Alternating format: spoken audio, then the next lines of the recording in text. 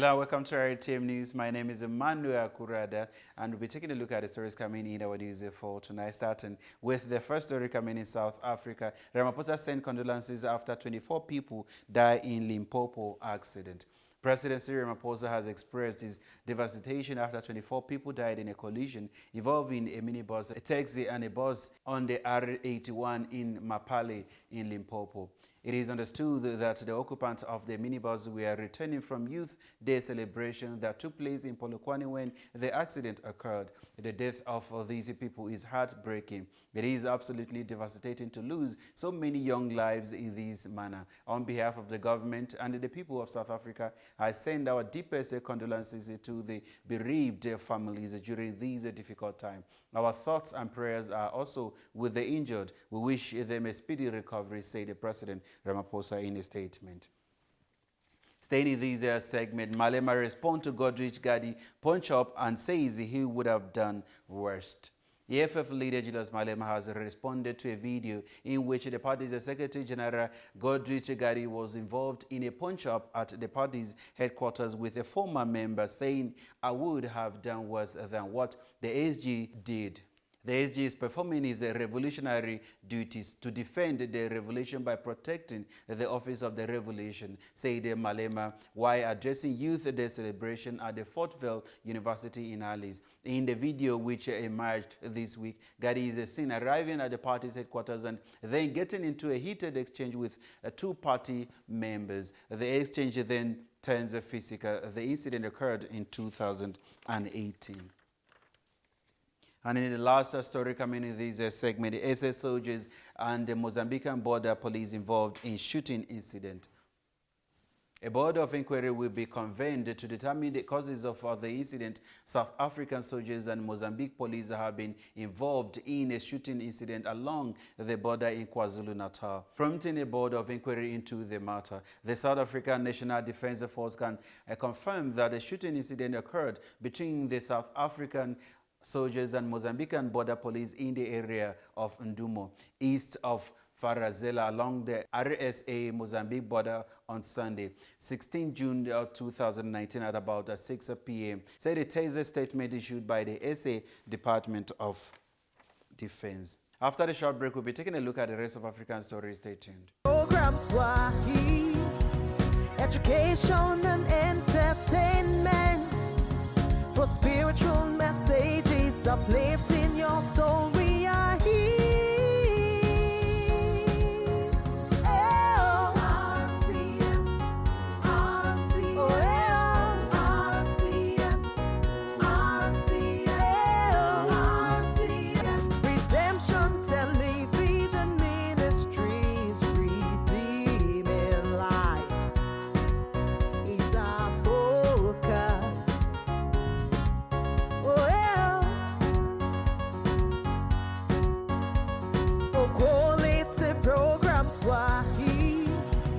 Education and entertainment for spiritual messages uplifting your soul. We are here. RTM, RTM, RTM, Redemption Television Ministries, redeeming lives is our focus.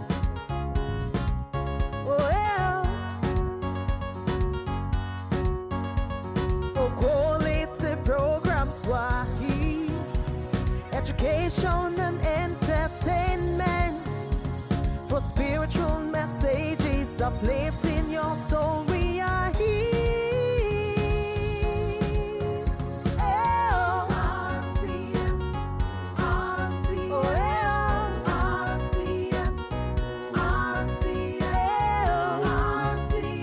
Redemption Television Ministries, redeeming lives. Staying in this segment, a deadly weekend as bombs in Kenya, Somalia, Cameroon kill police officers.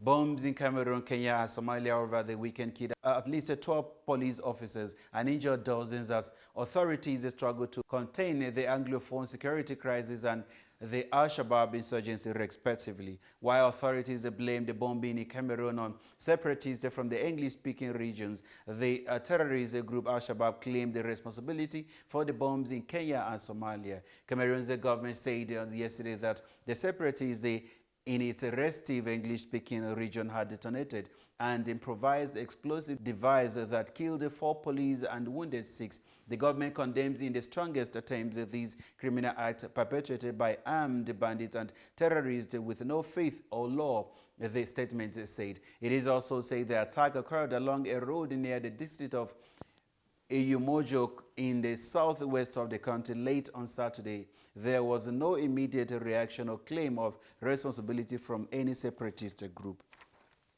Staying in these segments, Sudan Bashir appears before prosecutor. Sudan's deposed President Omar al-Bashir has appeared in public for the first time on Sunday when he was taken to the prosecutor's office in charge of corruption cases in Khartoum. He was taken to the prosecutor's office to have the charges against him officially presented to him. According to reports, a process which lasted shortly, the principals of the prosecutor's office were presented to the accused, former President Omar al-Bashir, and a charge was laid under the Article 5 and 9 concerning the possession of foreign currency, as well as Article 6 concerning illegal acquired resources. A representative from the prosecutor's office said on Saturday the Attorney General specified that Bashir faces charges of corruption and illegal possession of foreign currency. And taking a look at the last story coming in this segment, Benin's ex-president warns the post-election unrest could plunge the country into conflict. Lawyers for former President Thomas Yayi have warned that unrest in Benin could plunge the country into a deeper crisis. Yayi remained under house arrest since voicing support for a boycott of the controversial parliamentary elections in April. Activists have denounced President Patrice Talon's authoritarian shift in a country that has long been considered a model of democracy in West Africa. After the short break, we'll be taking a look at the rest of African stories in Nigeria. Stay tuned. Programs education and entertainment, for spiritual messages uplifting your soul. We are here. RTM, RTM, RTM, Redemption Television Ministries, redeeming lives is our focus.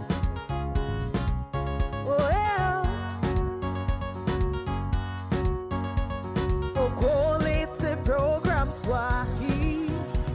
education and entertainment, for spiritual messages uplifting your soul. We are here. RTM, RTM, RTM, Redemption Television Ministries, redeeming lives is our focus.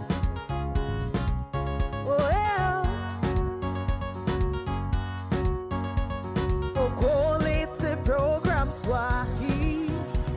education and entertainment, for spiritual messages uplifting your soul. We are here.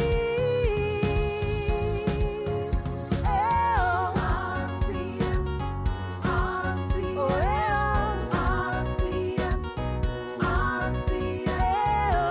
RTM, Redemption Television Ministries, redeeming lives.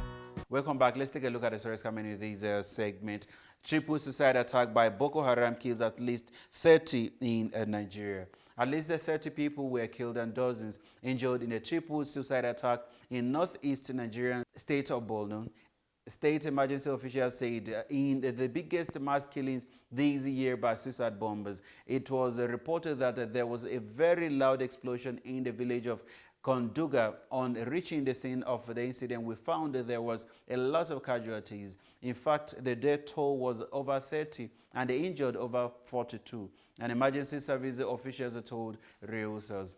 No group has yet claimed the responsibility for the attack. The Boko Haram group and its Islamic State splinter group have often carried out attacks targeting civilians and the military in the Borno state. The attacks have claimed the hundreds of thousands of lives and displaced the millions of people. Staying in this segment, on the youth protest at governor's office. Youth from Elijah local government area of Ondo State yesterday paralyzed activities at the governor's office in Akure over alleged poor development of oil-producing areas in the state. The youth who carried placards with various inscriptions, they say they were protesting lack of autonomy for the Ondo State oil-producing development area to enable it to implement its mandate of developing the area. Some of the inscriptions on their placards included Osopadek financial autonomy is a goal. Osopadek 40% can build a road. Osopadek autonomy is a must. Osopadek should stop scamming us. And Osopadek must be useful.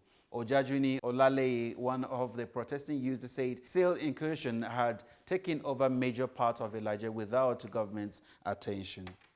Taking a look at the last story coming in this segment, Supreme Court delivers judgment on Osun Governor Paul July 5th.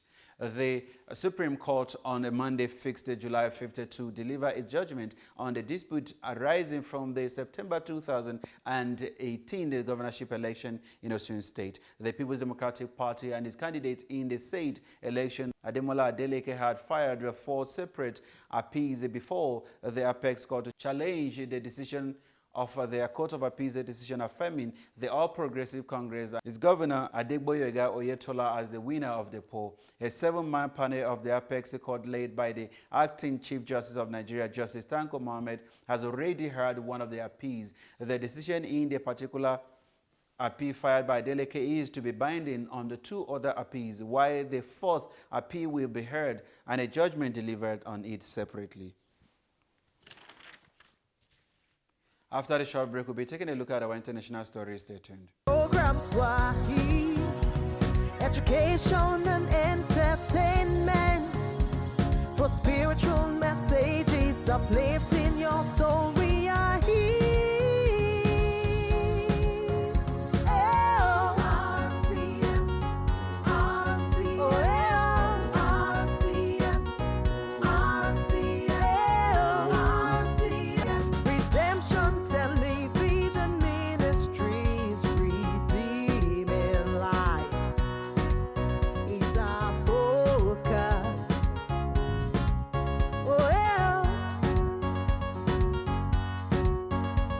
For quality programs, Wahi, education and entertainment, for spiritual messages uplifting your soul. We are here. RTM, RTM, RTM,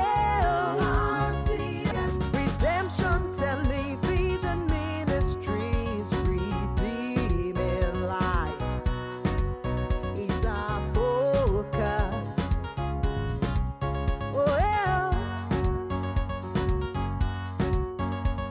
For quality programs, Wahi, education and entertainment, for spiritual messages uplifting your soul. We are here. RTM, RTM,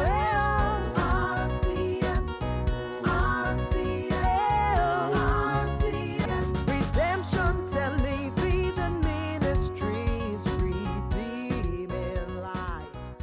Welcome back. Let's take a look at the stories coming in this segment. Iran and Russia signed Memorandum of Understanding on Energy Cooperation. Iran and Russia have signed a memorandum of understanding over cooperation in the energy sector. The Iranian Oil Ministry Sana news agency reported. The preliminary agreement covering oil, gas, petrochemicals, electricity and nuclear power was signed in Tehran by Iran Deputy Oil Minister Amir Hossein Zamaninier and his Russian counterpart, Sana said. Staying in this segment, UK announces 170 million food, water and medical help for Afghanistan. Britain yesterday announced a new £170 million 5-year aid package of urgent food, water and medicine assistance for people in Afghanistan. The humanitarian need in Afghanistan is severe, International Development Secretary Rolly Stewart said after meeting Afghan President Ashraf Ghani in London. Fighting an extreme drought have left millions of people hungry and desperately seeking the medical help, which is why UK aid is responding with life-saving food, water and basic health care, including polio vaccination, and estimated 13.5 million Afghans need humanitarian aid to ensure there is enough food for themselves and their families, the British Development Ministry said. And in the last story coming in this segment, Hong Kong protest, Joshua Wong calls for Hong Kong leader Carrie Lam to resign. Hong Kong's most prominent student activist Joshua Wong has called for the resignation of leader Carrie Lam after walking free from prison. Wong, 22, became the face of the 2014 pro-democracy protest, which called for the city to pick its own leaders. People in Hong Kong are again out on the street this time against a controversial bill which would allow extradition to mainland China. China has said it will continue to support Ms. Lam. Organizers said more than 2 million people rallied against the extradition bill on Sunday, despite it being suspended. Police put the figure at 338,000. Critics have said that the legislation would expose people in Hong Kong to China's deeply flawed justice system and lead to further erosion of the city's judicial independence. And those are the stories we have for you in this segment. After the short break, we'll be taking a look at our sports stories. Stay tuned. Programs education and entertainment, for spiritual messages uplifting your soul. We are here. RTM, RTM, RTM, Redemption Television Ministries, redeeming lives is our focus.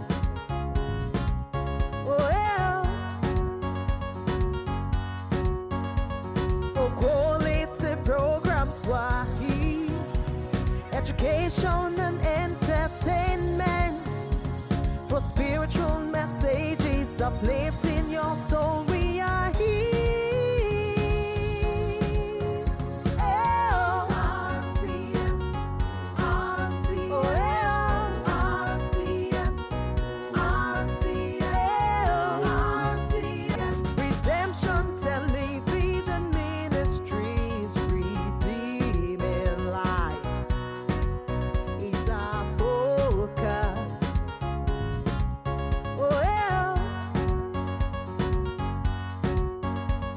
For quality programs, Wahi, education and entertainment, for spiritual messages uplifting your soul. We are here. RTM, RTM,